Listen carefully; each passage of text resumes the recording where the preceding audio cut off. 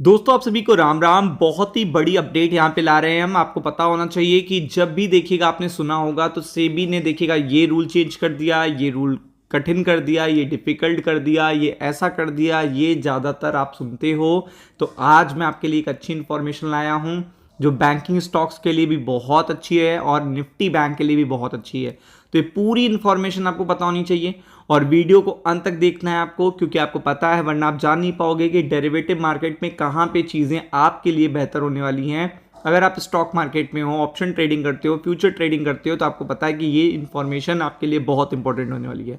तो आप देख सकते हैं यहाँ पे क्या लिखा है, सेबी में take up easing of currency derivative trade rules. तो आप समझ सकते हैं ये बड़ी बात इंफॉर्मेशन के थ्रू आ रही है। और आप करेंसी डेरिवेटिव्स जहां पे कंटिन्यू वॉल्यूम डाउन हो रहे हैं, और आपको पता है इसका सीधा इंपैक्ट इंडियन स्टॉक मार्केट पे भी पड़ रहा है, क्योंकि अगर आप अपने बाहर के लोगों के लिए और देखिएगा डोमेस्टिक लोगों के लिए रूल को काफ़ी ज़्यादा स्ट्रिक्ट रखोगे तो उससे क्या होता है, वॉल्यूम कम हो जाते हैं, और जब वॉल्यूम कम होते हैं तो मोमेंटम नहीं आते और प्रीमियम मेल्ट होते हैं, जिससे देखिएगा रिटेलर्स का काफ़ी बड़ा लॉस होता है।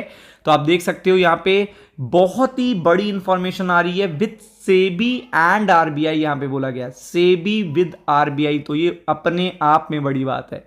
और आप इतने दिनों बाद ईजिंग सुन रहे होगे, ईज करने की बात हो रही है, रिलैक्सेशन देने की बात हो रही है, और किसके साथ देखिएगा, आरबीआई के साथ मिलके। तो आप समझ सकते हो बैंकिंग स्टॉक्स के लिए तो ये सबसे बड़ी इंफॉर्मेशन है। तो अगर आप देखेंगे यहाँ पे क्या लिखा है, SEBI considers easing currency derivative rules. आपको पता है इसमें बहुत वॉल्यूम होते थे एक टाइम पर, लेकिन धीरे धीरे धीरे धीरे इस पर्टिकुलर सेगमेंट को काफ़ी हार्श किया गया है, जिससे वॉल्यूम पे असर पड़ा है। इसीलिए निफ्टी बैंक के वॉल्यूम पे भी असर पड़ते हुए आपको देखने को मिल रहा है। आरबीआई इनेबल देखिएगा complete hedging of commodity prices, current regulation limit trade without contracted exposure. ये पर्टिकुलर देखिएगा कई सारी लिमिट यहां पे आपको देखने को मिलती हैं, और इस पर्टिकुलर लिमिट के कारण देखिएगा शार्प ड्रॉप आया है वॉल्यूम में। और आप अगर इंडियन स्टॉक मार्केट की भी बात करोगे तो इस ऐसे तरीके के रूल्स के कारण ही देखिएगा काफ़ी डाउन आपको देखने को मिलता है, काफ़ी ड्रॉप देखने को मिलता है वॉल्यूम का। जो आपको पहले देखने को मिलता था वो इस समय देखने को नहीं मिल रहा है। चाहे आप देखिएगा कमोडिटी मार्केट की बात करें, चाहे इक्विटी मार्केट की बात करें, चाहे क्रिप्टो मार्केट की बात करें। तो आप यहाँ पे देख सकते हो, यहाँ पे बड़ा आपको अपडेट देखने को मिल रहा है। अब अपडेट क्या है मैं एक एक करके आपको बताने जा रहा हूँ। वीडियो को देखिएगा, ध्यान से देखिएगा। तो यहाँ पे सेबी ने क्या सोचा है, will take into consideration industry request. ये किसकी रिक्वेस्ट थी, इंडस्ट्री की, क्योंकि आपको पता है जब वॉल्यूम डाउन होते हैं तो उस पर्टिकुलर इंडस्ट्री के जितने भी पार्टिसिपेट होते हैं, जितने भी पार्टिसिपेंट्स होते हैं जो वहाँ से अर्निंग करते हैं, रेवेन्यू जनरेट करते हैं, उन पे बड़ा असर पड़ता है। तो ये काफ़ी टाइम से देखिएगा इंडस्ट्री की रिक्वेस्ट थी, तो उसी को देखिएगा टेक इनटू द कंसिडरेशन।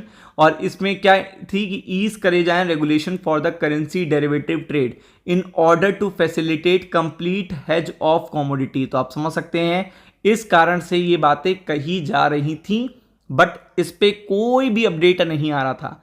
आज ये पहला अपडेट आया है। आप गूगल पे जाके फाइनेंशियल एक्सप्रेस पे जाके देख सकते हो कि यहाँ पे ईज की बात कंसीडर करने की सोच रहा है।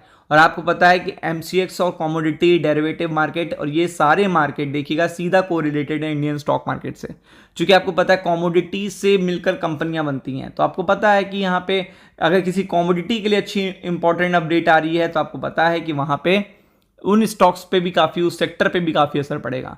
तो अगर आप देखेंगे यहाँ पे हाईलाइट किया गया existence of gap hedging, hedging का गैप देखिएगा ये हाईलाइट किया गया। We can take our prices structure from the exchanges such as CME and LME, create notional price on the exchange, but the hedging is incomplete because of not being able to hedge foreign currency, he said. और उसके बाद देखिएगा ये continue छोटी छोटी छोटी बातें, चाहे ऑप्शन ट्रेडिंग के लिए हो, चाहे देखिएगा फ्यूचर्स के लिए हो, चाहे करेंसी मार्केट में हो, चाहे कमोडिटी मार्केट में हो, चाहे इक्विटी मार्केट में हो, कंटिन्यू देखिएगा ये चीज़ें क्या करी जा रही हैं, डिफिकल्ट की जा रही हैं। और ऐसे में अगर आप डिफिकल्टी क्रिएट करोगे तो वॉल्यूम कम होंगे, लोग डिस्करेज होंगे जब उनके प्रीमियम मेल्ट होंगे। तो ऐसे में सभी को समझ में आ रहा है, सेबी को भी बात समझ में आ रही है, इसीलिए वो इस गैप को भरना चाहते हैं और ये कंसीडर करेंगे कि कैसे देखिएगा इस पर्टिकुलर सेक्टर के, या फिर आप कह सकते हो बैंकिंग स्टॉक्स के लिए, निफ्टी बैंक के लिए ये चीज़ आरबीआई के साथ मिलकर वो एक कंसीडर कर सकते हैं, डिस्कस कर सकते हैं। और आपको बताइए इंडियन स्टॉक मार्केट के लिए भी बहुत अच्छी बात है, कमोडिटी मार्केट के लिए भी बहुत अच्छी बात है, हमारी करेंसी के लिए भी बहुत अच्छी बात है। तो ये चीज़ देखिएगा काफ़ी पॉजिटिव रिएक्शन दे सकती है आने वाले दिनों में। Be prepared for it. Ram Ram.